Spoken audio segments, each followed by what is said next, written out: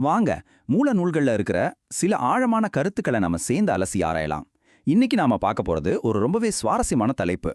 சரி, வாங்க விஷயத்துக்குள்ள போலாம். பல நூற்றாண்டுகளா, ஏன் பல தலைமுறைகளா நம்ம எல்லாரையும் குழப்பிக்கிட்டு இருக்கிற ஒரு பெரிய கேள்வியில இருந்து இந்த உரையாடலை ஆரம்பிக்கலாம். ஒரு பக்கம் பார்த்தா படைப்பு வெறும் 6 நாட்கள்ல நடந்ததா சொல்லப்படுது. இன்னொரு பக்கம் விஞ்ஞானம் சொல்லுது இந்த பிரபஞ்சம் பல 100 கோடி வருஷம் பழசுன்னு. இது ரெண்டும் ஒன்னோட ஒன்னு முட்டி மோதுற மாதிரி தெரியுதா?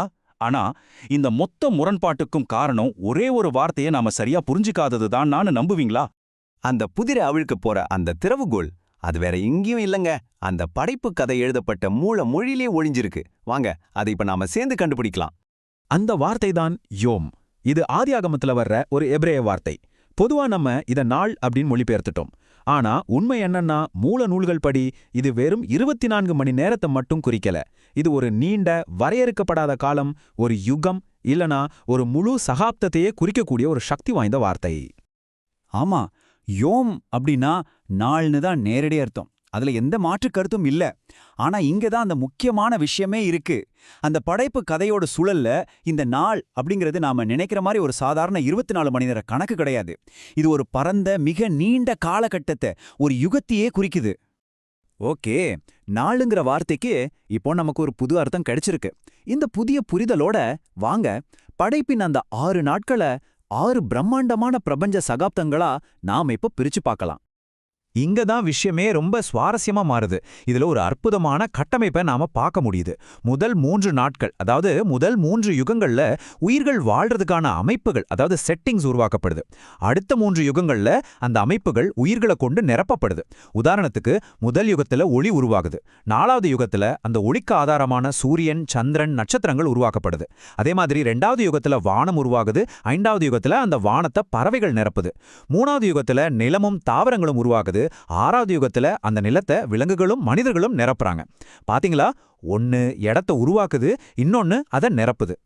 முதல் யோம், அதாவது முதல் படைப்பு சகாப்தம், அதோட கால அளவு எவ்வளவு தெரியுமா? கிட்டத்தட்ட 100 கோடி வருஷங்கள். சும்மா யோசிச்சு பாருங்க, 100 கோடி வருஷங்கள்.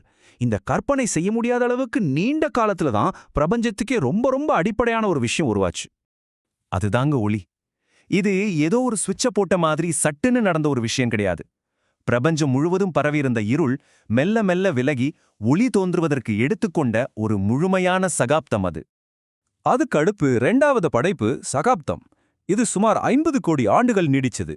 இந்த மிகப்பெரிய காலகட்டத்துல தான் நாம தினமும் தலைக்கு மேல பாக்குறோமே, அந்த நீல நிற அதிசயம் ஒரு வடிவத்துக்கு வந்தது. ஆமா, இந்த 1/2 பில்லியன் வருஷத்துல தான் பூமியோட வளிமண்டலமோ அந்த பரந்த ஆகாயமோ கொஞ்சம் கொஞ்சமா உருவாகி உயிர்கள் சுவாசிக்கிறதுக்கு தேவையான அந்த சரியான சூழல் அமைஞ்சது.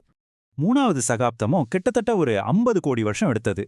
இந்த சகாப்தத்தோட இறுதியில உயிர்கள் தலைக்கிறதுக்கான கடைசி மற்றும் மிக முக்கியமான ஒரு அமைப்பு தயாராகிச்சு. ஆமாங்க, தண்ணியிலிருந்து நிலம் பிரிக்கப்பட்டு முதல்ல தாவரங்கள் பூமியில வளர ஆரம்பிச்சது இந்த சகாப்தத்துல தான். ஆக முதல் 3 மாபெரும் யுகங்களோட இறுதியில நம்ம உலகத்தோட அடிப்படை கட்டமைப்புகள் எல்லாமே ரெடி. ஒளி இருக்கு, வானம் இருக்கு, நிலமும் இருக்கு. இப்போ இந்த அமைப்புகளை உயிர்களை கொண்டு நிரப்புறதுக்கெல்லாம் தயாரா இருந்துச்சு. இப்பதான் அந்த நிரப்பும் கட்டம் ஆரம்பிக்குது. 4வது யுகத்துல பூமியோட வளிமண்டலம் இன்னும் தெளிவடைஞ்சதால சூரியன், சந்திரன், நட்சத்திரங்கள்னு எல்லாமே பூமியிலிருந்தும் முதல் முறையா ரொம்ப தெளிவா தெரிய ஆரம்பிச்சது. அதாவது வானம் அதுக்கான பொருட்களால் நிரப்பப்பட்டது. அடுத்து 5வது யுகம். இதுல ஏற்கனவே உருவாக்கப்பட்ட அமைப்புகள் உயிர் பெற தொடங்குது. கடல்கள் கணக்கிலடங்காத உயிரினங்களாலையும் வானம் விதவிதமான பறவைகளாலையும் நிரப்பப்பட்டது. பூமி கொஞ்சம் கொஞ்சமா ஒரு உயிரோட்டமுள்ள கிரகமா மாற ஆரம்பிச்சது இந்த காலகட்டத்துல தான். இது நம்மள நேரா இறுதி கட்டத்துக்கு கூட்டிட்டு போகுது. படைப்பு சகாப்தங்கள்ல ரொம்பவே விரிவாக சொல்லப்பட்ட 6வது நாளுக்கு நாம இப்போ வந்திருக்கோம்.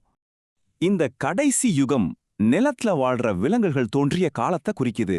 இது டைனோசர்கள்ல ஆரம்பிச்சு எண்ணற்ற பாலூட்டிகள் வரைக்கும் கொண்டு வந்து கடைசியா மனிதனோட வருகையோட அதோட உச்சகட்டத்தை அடையுது. இங்க மூல நூல்கள் ஒரு ரொம்பவே சுவாரஸ்யமான வரிசை கிரமத்தை சொல்லுது. இந்த 6வது யுகத்துக்குள்ளேயே 3 தனித்தனி முக்கிய நிகழ்வுகள் நடக்குது. முதல் மனிதனான ஆதாம் உருவாக்கப்படுறான். 2வதா அவன் வாழ்றதுக்காக ஏதேன் தோட்டம் நடப்படுது. அதுக்கப்புறம் தான் இறுதியா ஆதாமிலிருந்து ஏவாள் உருவாக்கப்படுறான். இந்த வரிசையை கவனிச்சிங்களா? ஆதாம், அப்புறம் தோட்டம், அதுக்கப்புறம் தான் ஏவாள். இந்த மூணுமே ஒரே நீண்ட சகாப்தத்துக்குள்ள நடந்த வெவ்வேறு கட்டங்கள்.